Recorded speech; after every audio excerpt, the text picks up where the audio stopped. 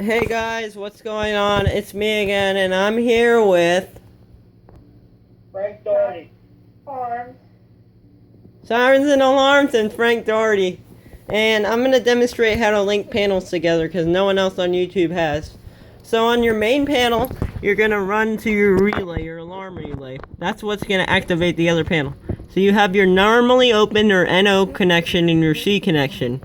Run whatever wire you want. Just run a piece of wire from the NO connection to the zone connection that you're making it to, and it'll activate. And then run the common connection, which is the C connection, which is right there, the black wire. Run it to the other connection of the zone, and whenever you pull it, I'll pull the BG12.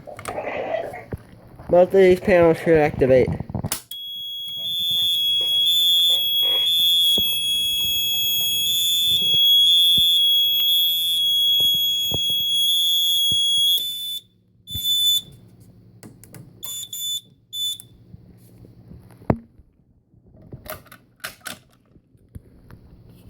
Alright, I'm back.